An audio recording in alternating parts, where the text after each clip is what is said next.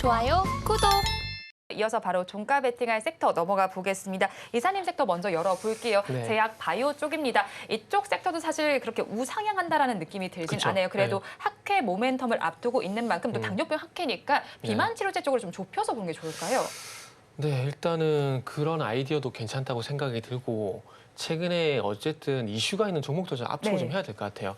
오늘 일단 어쨌든 말씀하셨듯이 바이오 쪽을 준비를 했거든요. 바이오 쪽 준비를 했는데 2차 전지가 조용하다가 인터배터리 유럽 때문에 반응이 나오는 거 보니까 바이오도 그렇다면은 일정 매매를 해도 괜찮겠구나라는 그런 생각이 지금도 번뜩 좀 드네요. 일단 아시겠지만 21일 날 당뇨병 학회가 미국 올랜도에서 예정이 돼 있습니다. 그러다 보니까 당뇨병 학회 같은 게 비만 치료제와 연결되다 보니까 우리 앵커님이 또 비만 치료를 얘기해 주셨는데 오늘 말씀하신 것처럼 그렇게 연결시켜 보게 되면은 한국 BNC라는 종목이 흐름이 괜찮아요. 지금 최근에 뭐 반등이 이렇게 시원하게 나온 건 아니지만 추가 하락 제한되게 되면서 이제 좀 바닥을 다지는 모습이 나오고 있거든요. 그러면은 만약에 이제 앵커님께서 말씀하신 대로 이제 이 비만 치료제 이런 당뇨병 학회를 통해서 비만 치료제라는 부분 좀 부각이 되게 된다라면은 네.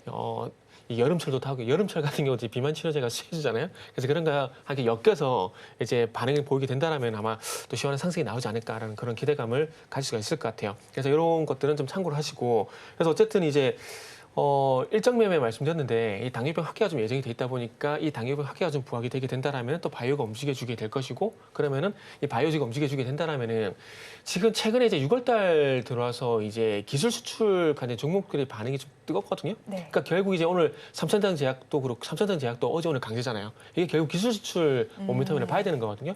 그 이전에 알테오제라는 종목이 있었고 그리고 이제 오늘 말씀드린 종목도 마찬가지로 기술 수출에 대한 모멘텀이 좀 있는 부분들이고요. 그래서 일단 어쨌든 뭐 6월달 상반기죠. 6월달까지 기술 수출도 상당히 많았었고 특히 6월달 같은 경우는 2조 원에 가까운 뭐 기술 잭팟이라는 얘기가 나왔는데 그런 이슈들이 있고 하반기에도 추가적인 어떤 기술 수출에 대한 성과가 기대가 된 상황들이기 때문에 바이오 섹터에 대해서 오늘 2차 전지가 그러는 것처럼 이슈에서 반등이 나오게 된다라면은 이런 기술 수출과 연관성이 있는 종목들도 한번 보시는 게 좋지 않을까 생각이 듭니다. 그러다 보니까 이쪽에 변동성을 한번 노려보자는 관점에서 일단 선침의 관점에서 일단 오늘은 바이오 쪽에서 하나 말씀드리도록 하겠습니다. 네, 가지고 오신 앞타 바이오를 좀 살펴보니까 가장 최근에 좀 약간 내려가는 네네네. 모습이 나타나긴 하는데 일단 미팅을 진행 중인데 이게 또 글로벌 비파마랑 미팅 진행 중인 만큼 앞으로 기대를 해봐도 좋을 것 같은데 어떤 포인트 체크해 볼까요? 일단은 기술 수출이 되면 정말 좋은 네. 일인데 우리는 그런 이슈를 가지고 변동성만 우리는 노리면 된다. 우리는 트레이딩만 하면 된다. 그 말씀을 좀 드리도록 할게요. 종목을 이제 앵커님께서 미리 좀 말씀해 주셨는데 어쨌든 최근에 기술 수출 이슈 때문에 뭐 알테오제, 삼천당 제약뿐만 아니라 앞타바이오 같은 경우도 변동성이 있었고 최근에 뭐 AGK 이노엠 같은 것도 마찬가지인데 일단 앞타바이오 같은 경우는 6월 7일 날 상한가가 발생되고 난 이후에 현재 좀 충분히 뭐 기술적 가격 조정이 나왔다라고 생각을 하고 있습니다. 그리고 21선 위에서 조금 이제 추가 하락이 제한되는 모습이 나오고 있는데 여기서 뭐 추가 하락이 좀 제한되게 된다라면 추가 하락이 좀 제한이 되고 그리고 이 이슈 이런 부분이 반영되게 된다라면은 다시 한번 소위 말하는 N장 반등 한번 늘어볼 만하다고 좀 판단을 했습니다.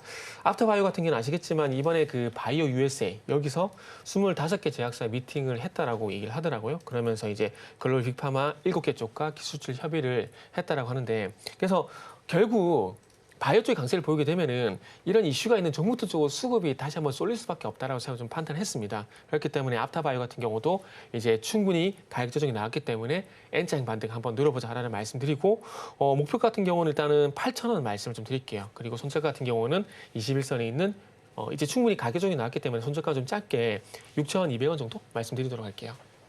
네, 종가 베팅할 종목 앞타 바이오 알아봤습니다. 이어서 이 이사님께서 가지고 오신 섹터도 알아보겠습니다. 인터넷 플랫폼 쪽입니다. 그런데 유튜브의 경우는 사실 광고 수익이 대부분인데 우리나라 플랫폼은 제품 판매가 주 수익입니다. 네. 그런 만큼 인터넷 플랫폼들은 어디서 수익을 좀 창출할 수 있을까요?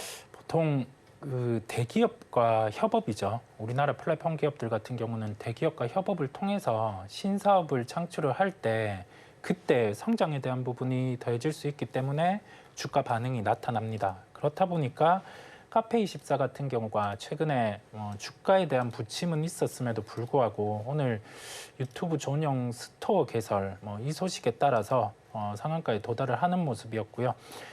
이 이전에 유튜브 쇼핑 강화를 위해서 구글에서 투자를 단행을 했어요. 우리나라 플랫폼 기업 같은 경우와 협업을 하는 거죠. 그만큼 인플루언서의 파워라든지 아니면은 이 전체적으로 이 매체들을 이용하는 하나의 그 고객들 같은 경우가 많다 보니까 다른 국가에 대비해서 많다 보니까 이 부분에 대한 협업이 나타난 것으로 보이고 이제 인플루언서와 관련된 사업 같은 경우를 영위하는 기업들 같은 경우는 뭐 주가 같은 경우가 상대적인 강도가 나타날 수 있음을 좀 열어두도록 하겠습니다. 네, 주가의 상대적인 강도가 나타날 수 있는데 그 안에서 레뷰 코퍼레이션 가지고 오셨습니다. 저도 사실 뭐 블로그 사용하다 보니까 이 플랫폼은 알고는 있거든요. 네네. 굉장히 많이 좀 협찬을 받을 수 있고 한 플랫폼인데 수익은 어떻게 창출이 되고 있나요?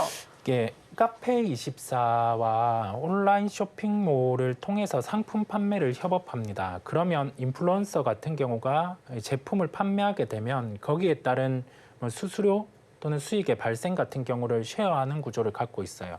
그렇다 보니까 이번에 그 카페24와 구글의 협업을 통해서 제품에 대한 것을 인플루언서가 판매하게 되면 여기에 대해서 수수료를 배분해서 가지고 가는 구조라는 말씀을 드릴 수 있겠습니다.